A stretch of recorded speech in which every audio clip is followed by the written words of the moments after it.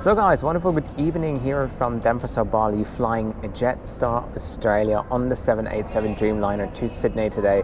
Flight time around 5 hours. I'll be seated in economy class. Flight was fairly cheap, $250, but all the add-ons cost me another $120. So keep that in mind if you want to check in, you're going to get some food or whatever.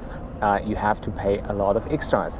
And this particular flight is also known to be the Boeing Express. So there's a certain kind of white people on this flight who are super annoying. I know I said it before that there's Chinese or other kind of like travelers, ethnic groups that are difficult to travel with, but there's also a lot of white people who can be a pain in the butt. So here I said it, there is annoying people everywhere. So I hope this flight is not going to be too bad. I'm exaggerating here a little bit, but trust me, I've been on Jetstar a couple of times flying from Bali to Australia, and the audience usually is what puts me off traveling with them. However, I go on that flight with an open mind, unbiased as usual, and I'm going to show you what it's like to spend 5 hours on a full flight. So let's do this.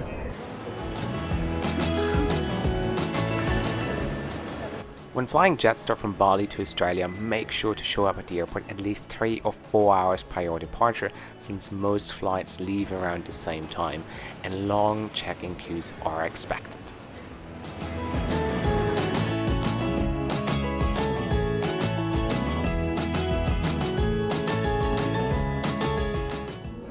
So I just arrived at the gate.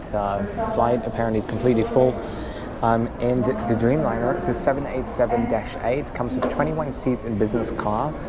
It's more like a premium economy, and 314 in a 333 configuration in economy class. So this is where I'll be seated today. And yeah, I'm probably going to do a lot of voiceover while I'm on board because I have people sitting next to me and don't want to disturb them. Let's see how it goes. Maybe I'm lucky and I have a middle seat free, which I doubt. But yeah, boarding starts in a few minutes. So let's see what the Dreamliner experience of Jetstar is all about.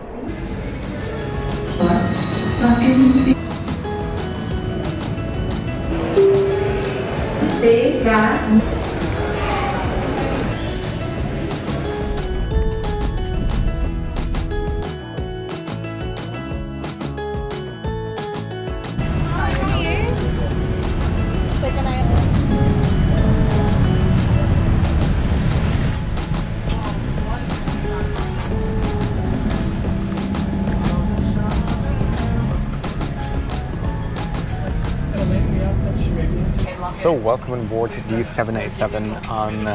Got a seat in the back 51J. Just be informed that there is a misaligned window. So that's the only downside, but I paid for it. I should have checked Seat Guru before. This is the legroom situation right here. Seems to be okay. There's a screen in front of you. I don't know whether they charge. Extra to use the in-flight entertainment, because I thought I saw something when I booked. Foldable table.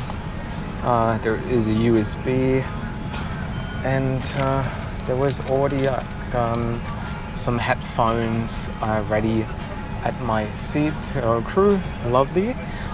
They seem to be of Asian descent though, so I don't think they might be Australians or locals, but that doesn't really matter. But because it's Jetstar Australia, I thought I would point that out. If you know a little bit more about that, let me know in the comment section below. But yeah, it comes in a 333 configuration, as you can see.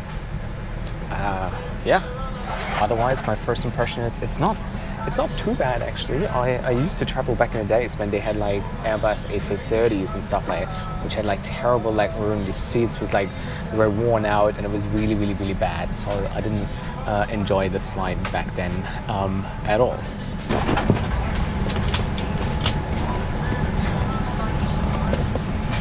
And that's the recline here. So when I booked this flight, I pre-booked my food. So you usually make a better deal, but if not, there is a menu on board with all the things, and It looks actually pretty impressive from the photos. Don't know what it looks actual once it's sitting in front of you, but I've seen a lot of like budget airline menus on board, but this one looks particularly good. Especially the wine and cheese platter here looks very impressive. Haven't seen that before. But that's then also very Australian. They love wine, or booze in general, and cheese. So Jetstar also comes with personal entertainment screen right in front of you. And let's see what kind of movies we have.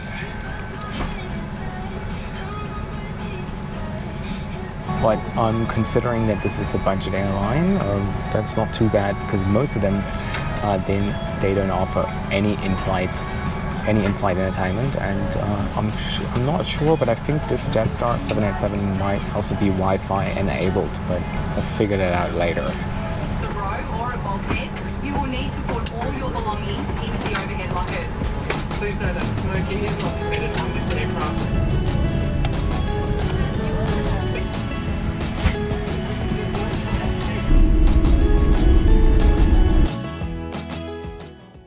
We left Denpasar on time, and after the Dreamliner reached its cruising altitude, the meal service would kick off.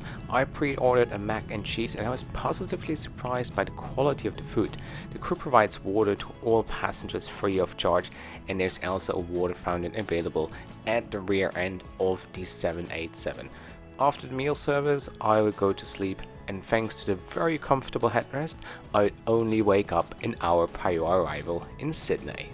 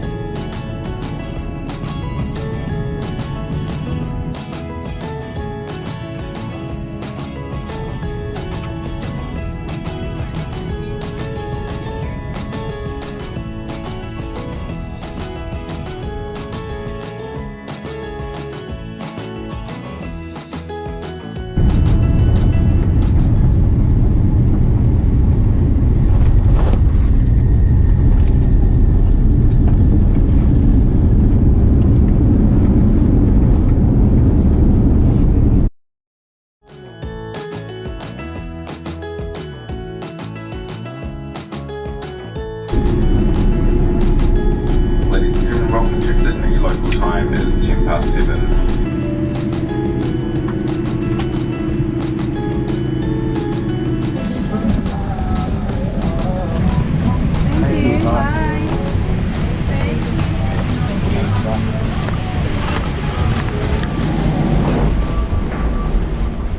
So yeah, and this was it. This was my flight on Jetstar's 787 Dreamliner in economy class, and I was positively surprised by the professionalism of the crew, by the hard product, the seat, the wonderful headrest. I got a good sleep, and it's overall a very nice and fair concept. You get what you pay for, and they're giving you all those options, but then they deliver it as well. So I think the food was good. If you want to go for the in-flight entertainment, do so.